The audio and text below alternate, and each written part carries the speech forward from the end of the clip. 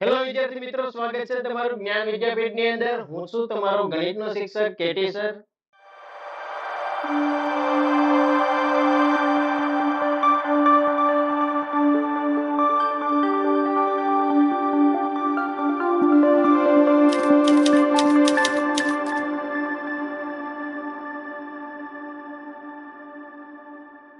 આજે આપણે ધોરણ 10 ની અંદર ગણિત વિષયની અંદર પ્રકરણ નંબર 2 બહુપદીમાં સ્વાધ્યાય 2.2 માં પ્રશ્ન 2 ની અંદર ચોથો દાખલો ભણીશું. પરંતુ વિદ્યાર્થી મિત્રો, આ દાખલો શીખતા પહેલા YouTube પર આ જ્ઞાન વિદ્યાપીઠની જે ચેનલ છે, આ ચેનલને લાઈક કરો, શેર કરો અને સબસ્ક્રાઇબ કરો. જો હજુ સુધી તમે સબસ્ક્રાઇબ નથી કરેલું તો સૌપ્રથમ સબસ્ક્રાઇબ કરો, અને જે નવા વિદ્યાર્થી મિત્રો છે, જે તમારા ફ્રેન્ડ્સ આવેલા છે, તો તેને પણ કહો કે સૌપ્રથમ આ જ્ઞાન વિદ્યાપીઠની જે લિંક છે એને સબસ્ક્રાઇબ કરે. અને તેમને જો આગળના વિડિયોની લિંક જોઈતી હોય તો અહીંયા ખૂણામાં જે આઈ બટન આપેલું છે તેના પર આઈ બટન પર ક્લિક કરશો તો તમને સરળતાથી આગળના વિડિયોની પણ લિંક મળી જશે. અને તેમની નોટબુક જોઈતી હોય તો નીચે ડિસ્ક્રિપ્શનની અંદર તમને આપેલું છે ફેસબુક, ઇન્સ્ટાગ્રામ, ટેલિગ્રામ, જે લિંક આપેલી છે તેને પર ફોલો કરો, તેને પણ સબસ્ક્રાઇબ કરો, એટલે તમને આમની નોટબુક પણ સરળતાથી મળી રહે. બરોબર? તો હવે આગળ જઈએ સ્વાધ્યાય 2.2 ની અંદર. પ્રશ્ન નંબર 2 શું કહે છે? તો નીચે દર્શાવેલ સંખ્યાઓ અનુક્રમે દ્વિઘાત બહુપદીના શૂન્યનો સરવાળો અને શૂન્યનો ગુણાકાર છે, અને તેના પરથી દ્વિઘાત બહુપદી મેળવવાની છે. તમને બે કિંમત આપેલી છે, એક અલ્પવિરામ એક. આ બંને કિંમત પરથી તમારે દ્વિઘાત બહુપદી મેળવવાનું છે. તો વિદ્યાર્થી મિત્રો, તમને પ્રશ્ન થાય દ્વિઘાત બહુપદી કોને કહેવાય? તો આપણે થિયરીની અંદર ભણી ચૂક્યા છીએ દ્વિઘાત બહુપદી કોને કહેવાય. બહુપદીના પ્રકાર અને તેમની સમજૂતી પણ આપણે ભણી ગયા છીએ. દ્વિઘાત બહુપદી મેળવવા માટે સૌપ્રથમ તો વિદ્યાર્થી મિત્રો દ્વિઘાત બહુપદીનું પ્રમાણિત સ્વરૂપ ખબર હોવી જોઈએ. પ્રમાણિત સ્વરૂપ કોને કહેવાય? તો ધ્યાન અહીંયા આપો. દ્વિઘાત બહુપદી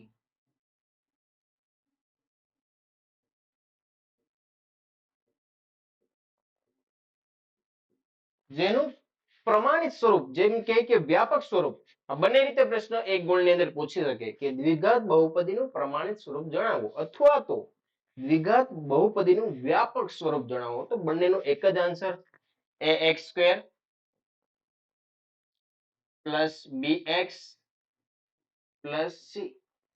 આ છે દ્વિઘાત બહુપદીનું પ્રમાણિત અથવા તો વ્યાપક સ્વરૂપ, ax² plus bx plus c. આના પરથી આપણે દ્વિઘાત બહુપદી મેળવવાની છે. તો તમારી પાસે a, b અને c ની કિંમત નથી. અહીંયા આપણે a, b, c ની કિંમત બે સંખ્યાઓ પરથી મેળવીને પછી આની અંદર મૂકી સાદુરૂપ આપવાનું છે, જેથી આપણને સરળતાથી દ્વિઘાત બહુપદી મળી શકે. તો બંને કિંમત શું દર્શાવે છે? તો પહેલી કિંમત છે શૂન્યનો સરવાળો, અને બીજી કિંમત છે શૂન્યનો ગુણાકાર. તેમનો ઉપયોગ લઈ આપણે abc ની કિંમત મેળવીએ. a શું દર્શાવે છે? તો કે x² નો સહગુણક છે, b x ની એક ઘાત નો સહગુણક છે, અને c એ અચળ પદ છે.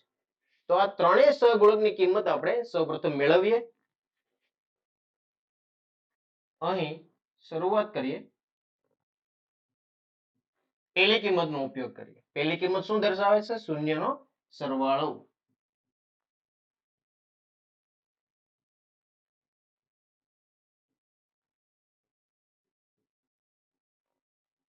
કેટલો આપેલો છે શૂન્યનો સરવાળો?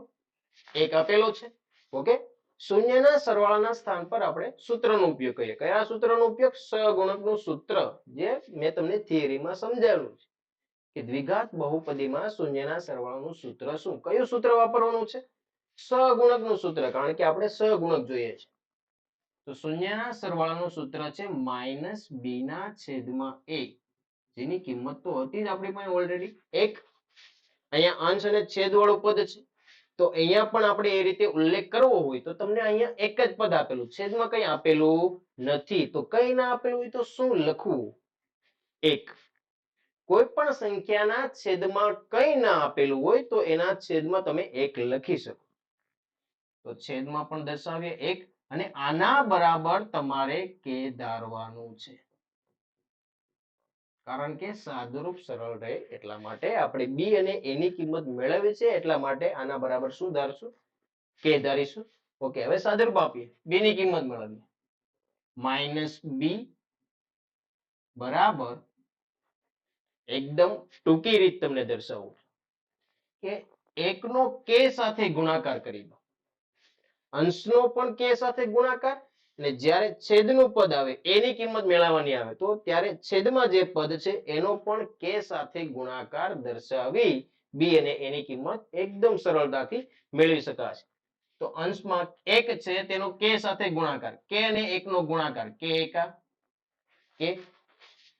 બી ની કિંમત મેળવી છે તો બી ની આગળ તમને માઇનસ દેખાય તો ત્યાંથી તમારે માઇનસ દૂર કરવા છે. તો શું કરીશું? એ માઇનસ ને ઉપાડી જમણી તરફ આપી દો. ક્યાં આપી દો?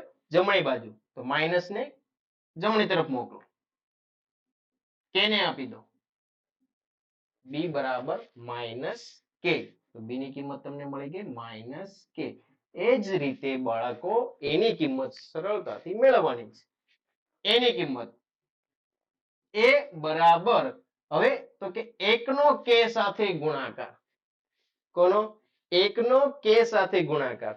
તો ઉપર આપણે દર્શાવેલું જ હતું ગુણાકાર, તો કે એક અને કે નો ગુણાકાર કેટલો આવે? કે. તો એકદમ સરળ છે. તો એકનો કે સાથે ગુણાકાર, કે એકા કે.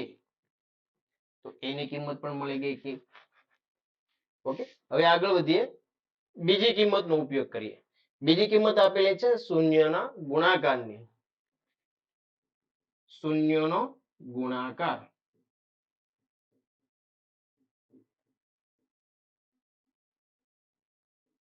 શૂન્યના ગુણાકારની કિંમત કેટલી છે? એક આપેલી છે. ઓકે, શૂન્યના ગુણાકારનું સૂત્ર મૂકીએ. c ના છેદમાં a બરાબર 1. હવે તો કે આ a ભાગાકારમાં છે, એને સામે લઈ જઈએ એટલે ગુણાકારમાં જશે. આપણે a નો ઉપયોગ કરી c ની કિંમત મેળવવાની છે. સર, ઘણાને પ્રશ્ન થશે કે સર અહીંયા ઉપર તમે કે નો ઉપયોગ કર્યો, કે ધારતા, અહીંયા તમે કે ધારતા કેમ એવું લખેલું નથી? તો બાળકો અહીંયા આપણી પાસે કોઈ બીજો ઓપ્શન નહોતો. તમારી પાસે બી કે એ ની કોઈ પણ કિંમત હતી નહીં. અહીંયા તમારી પાસે ઓપ્શન છે, એક ઓપ્શન ખુલ્લો છે. કયો? તો કે એ ની કિંમત તમારી પાસે ઓલરેડી ઉપર મળી ગયેલી છે. એ બરાબર કે મળી ચૂકી. તો એના પરથી આપણે c ની કિંમત મેળવીશું. એ ભાગાકારમાં છે, સામે જાય તો ગુણાકારમાં. a ગુણ્યા 1 એટલે કે a ની કિંમત ઉપરથી લઈએ. c બરાબર એના સ્થાન પર કેટલા મૂકીએ? કે. c ની કિંમત કેટલી મળી? કે મળી ગઈ. 3 ને 3 સહગુણકની કિંમત મળી ગઈ. સમજ પડી વિદ્યાર્થી મિત્રો સરળતાથી? બરાબર. આ લિંકને સબસ્ક્રાઇબ ના કરેલી હોય તો હજુ પણ સમય છે, ફટાફટ સબસ્ક્રાઇબ કરી દો. સબસ્ક્રાઇબ કરી દીધી? ઓકે, ચલો આગળ જઈએ. દ્વિઘાત બહુપદી ax² + bx + c. a b c ત્રણેયની કિંમત હવે તમારી પાસે છે, તો ત્રણેયનો ઉપયોગ કરીને દ્વિઘાત બહુપદી મેળવીએ. મૂકીએ એની અંદર a ની કિંમત કે x² નું x² પ્લસ b ની કિંમત માઇનસ કે. તો b ના સ્થાન પર માઇનસ કે, માઇનસ આવેલું એટલે આપણે કૌંસની અંદર કિંમત મૂકીશું. શા માટે? કારણ કે બે કિંમત જો ભેગી થતી હોય, એટલે કે બે નિશાની જો ભેગી થાય તો એક નિશાનીને તમારે કૌંસની અંદર દર્શાવવી પડે, પછી એમનું સાદુરૂપ આગળ આપીશું. બંનેને બાજુ બાજુમાં ડાયરેક્ટ લખી ના શકાય, ઝઘડો કરે એટલા માટે. x ના સ્થાને x પ્લસ c ની કિંમત કે. હવે સાદુરૂપ આપીએ. ત્રણેય પદમાંથી તમને કોઈ એક પદ સામાન્ય દેખાય છે. ત્રણેય પદમાંથી કંઈક સામાન્ય દેખાય છે. જે સામાન્ય દેખાય, જે સમાન દેખાય છે, એને બહાર ખેંચી લો. ત્રણેયમાંથી તેને બહાર ખેંચી લો. ત્રણેયમાં શું સામાન્ય દેખાય છે? કે. તે ત્રણેયમાં કે સામાન્ય, ત્રણેય પદની અંદરથી સામાન્ય લઈએ તો શું વધે? હવે તો કે x². હવે આ બંનેનું સાદુરૂપ આપીએ. જો કે તમને ખ્યાલ જ છે કે પ્લસ માઇનસ શું થાય, માઇનસ. બે વિરુદ્ધ નિશાની હોય તો યાદ રાખવું બાદબાકી થાય, ને જો બે સમાન નિશાની હોય તો શું થાય, સરવાળો. પ્લસ માઇનસ માઇનસ, કે સામાન્ય શું વધે, x પ્લસ અહીંયા કે આપેલો હતો, કે સામાન્ય, તો હવે શું આવશે, કઈ નહીં, ખોટી વાત છે. કે સામાન્ય લીધો તો એના સ્થાન પર તમને કઈ નથી દેખાતું, પરંતુ યાદ રાખવું કે કોઈ પણ પદ હોય એ પદની સાથે એક હંમેશા ગુણાયેલો હોય છે. કોઈ પણ સંખ્યા હોય તેમની સાથે એક ગુણાયેલો હોય જ. તો કેને સામાન્ય લઈ લીધો તો એના સ્થાન પર હજુ એક છે. હવે કૌંસ પૂરો. કેને સામાન્ય લીધા પછી તેના સ્થાન પર એક છે, તો એક દર્શાવવું. દેખાતો નથી, પરંતુ કોઈ પણ સંખ્યા સાથે એક ગુણાયેલો જ હોય છે, યાદ રાખો. તો આ છે તમારું દ્વિઘાત બહુપદી x² - x + 1. તો એકદમ સરળતાથી આ બે કિંમત પરથી તમે દ્વિઘાત બહુપદી મેળવી લીધી. આ એક્ઝામ્પલ બોર્ડની પરીક્ષાની અંદર 2 ગુણની અંદર પૂછાય છે બાળકો. કેટલા ગુણની અંદર, 2 ગુણની અંદર. તો યાદ રહે કે આવા એક્ઝામ્પલ જ્યારે આવે તો માત્ર જોઈ લીધું, સમજી લીધું એટલે આવડી ગયું એવું ક્યારેય માની ન લેવું. તેમની 2 થી 3 વાર એવું લાગે તો પ્રેક્ટિસ કરવી, ને હજુ તમને એમ લાગે નહીં કે બરાબર આવડ્યું નથી તો ચોથી વાર પ્રેક્ટિસ કરો, અથવા તો એકનો એક એક્ઝામ્પલ વારંવાર પ્રેક્ટિસ નથી કરવી તો કોઈ અન્ય એક્ઝામ્પલ. ઓકે, તો બાળકો આ વિડિયો જો તમને ગમ્યો હોય, બરોબર, એકદમ સરળતાથી આપણે સમજી લીધું, તો હવે આ વિડિયોને તમે સબસ્ક્રાઇબ ના કરેલું હોય તો હજુ કહું છું કે સૌપ્રથમ વિડિયોને સબસ્ક્રાઇબ કરો. અને આવા જે નાના વિડિયો છે, એટલે કે તમારો કોઈ પ્રશ્ન છે કે ભાઈ અમારે સ્વાધ્યાય 2.2 ની અંદર પ્રશ્ન 2 ની અંદર ચોથો દાખલો સમજવો છે, તો YouTube પર જાઓ. YouTube ઉપર જઈને સર્ચ બટન પર ક્લિક કરો. ત્યાં ગુજરાતી અથવા તો ઇંગ્લિશમાં, એટલે કે આપણે જે ટાઈપિંગ કરીએ છીએ તે રીતે, અથવા તો ગુજરાતીમાં લખી દો કે સ્વાધ્યાય 2.2 ડાઉટ શેમાં છે, તો કે પ્રશ્ન 2 જેમાં ચોથો દાખલો, એટલે કે જણાવી દો કે દાખલા નંબર 4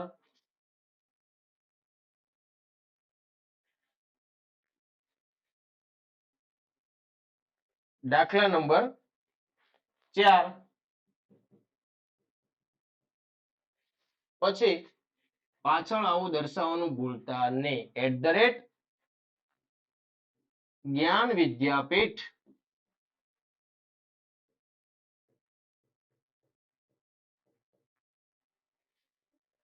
અહીંયા યાદ રાખવું, h કરવાનું ભૂલાય નહીં, ડી પછી h કરવાનું ભૂલાય નહીં. આ રીતે તમે લખશો એટલે ડાયરેક્ટ YouTube પર તમને આ પ્રશ્નની લિંક મળી જશે. દાખલા નંબર 4 જ ડાયરેક્ટ આવશે, બરોબર. અને તમારો બહુ ઓછો ઉપયોગ થાય, કારણ કે તમારે ડાઉટ છે માત્ર દાખલા નંબર 4 માં, તો તમને સરળતાથી આ પ્રશ્ન મળી રહે અને તમારે 5 થી 6 મિનિટની અંદર આ પ્રશ્ન સોલ્વ થઈ જાય. અને આવા ને આવા નાના જે વિડીયો જોવા માટે અમારી સાથે જોડાઈ રહો અને સબસ્ક્રાઇબ આગળ વધારતા રહો. તમારા મિત્રો સાથે પણ શેર કરો આ લિંકને, અને લાઈક કરવાનું ના ભૂલતા. ઓકે, હવે મળીશું નેક્સ્ટ લેક્ચરની અંદર, એટલે કે દાખલા નંબર 5 ની અંદર મળીશું. ઓકે, જય ભારત, જય હિન્દ.